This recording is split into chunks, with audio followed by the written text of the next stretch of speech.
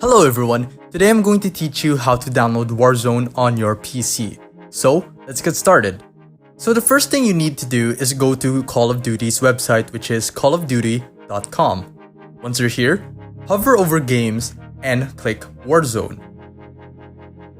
Then, just scroll down a little until you see that there are different ways to download and play this game. But I'm just going to click on battle.net.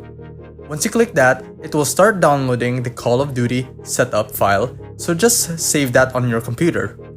If it asks, would you allow this app to make changes in your device, just click on yes, so that it can start downloading the launcher. Once it's done, just log on your battle.net account, and you can also log in using your Google account, Facebook, or Steam account. Once you're logged in, you can change the location of your game files, default language. You can also choose if you want to enable auto update and create a desktop shortcut for your game. Once you're okay with it, just click on continue.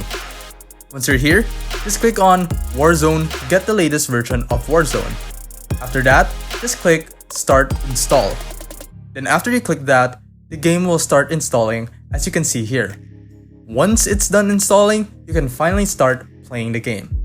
If you find this video helpful, be sure to hit the like button and subscribe for more helpful tutorials like this.